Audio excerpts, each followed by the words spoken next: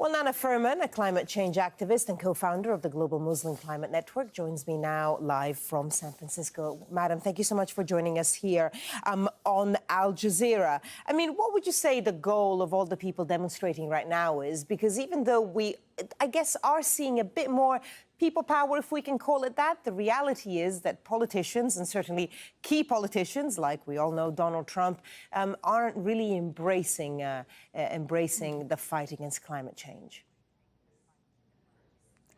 Yes, we are here in San Francisco today and also around the world on September 8th. We are marching and rising for climate because we want to call to our world leaders to take a very strong ambition to move forward from fossil fuel to 100% fossil-free economy in the faster and also just for everyone. So then we don't want to leave anybody behind, especially those countries, poor countries, or vulnerable people.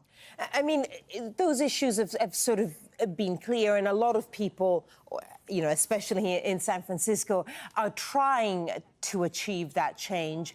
But do you get the sense that you are making headway? I mean, at a time when, of course, the Paris Agreement is still holding, but one of its biggest signatories and most key ones has left. Yeah, well, that's why we are marching today here, because this coming week there's going to be a global climate action summit hosted in San Francisco here, and we are going to ask this to our world leaders who are coming here. Then we want this transition to be happening faster and to really take this ambition and commitment to fight climate change. And I'm coming from faith communities. As mentioned, I'm the co-founder of Global Muslim Climate Network. I'm also part of GreenFaith, which is an interfaith organization for environment. We are faith communities around the world really concerned about climate change.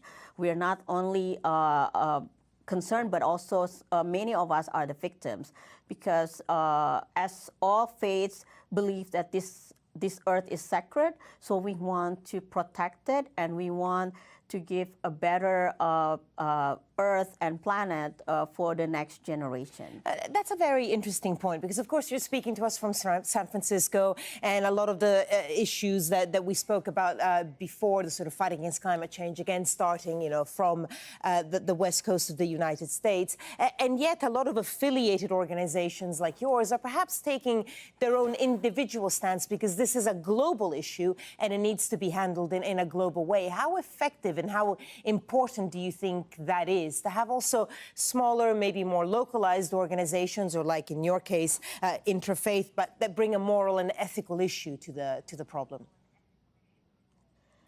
Yes, so climate change, as we know, is a global issue, but we are actually experiencing the effect locally. So what we can do as individuals, also with our community, first we can call on our representative to take a very bold policy on fighting climate change and also transformation to clean and renewable energy-based economy. But also as individual, we can do something that can help healing this earth. For example, we can look at how are we consuming our energy usage every day. If we can transform towards renewable energy, or use our energy more efficiently, or also like looking at our transportation.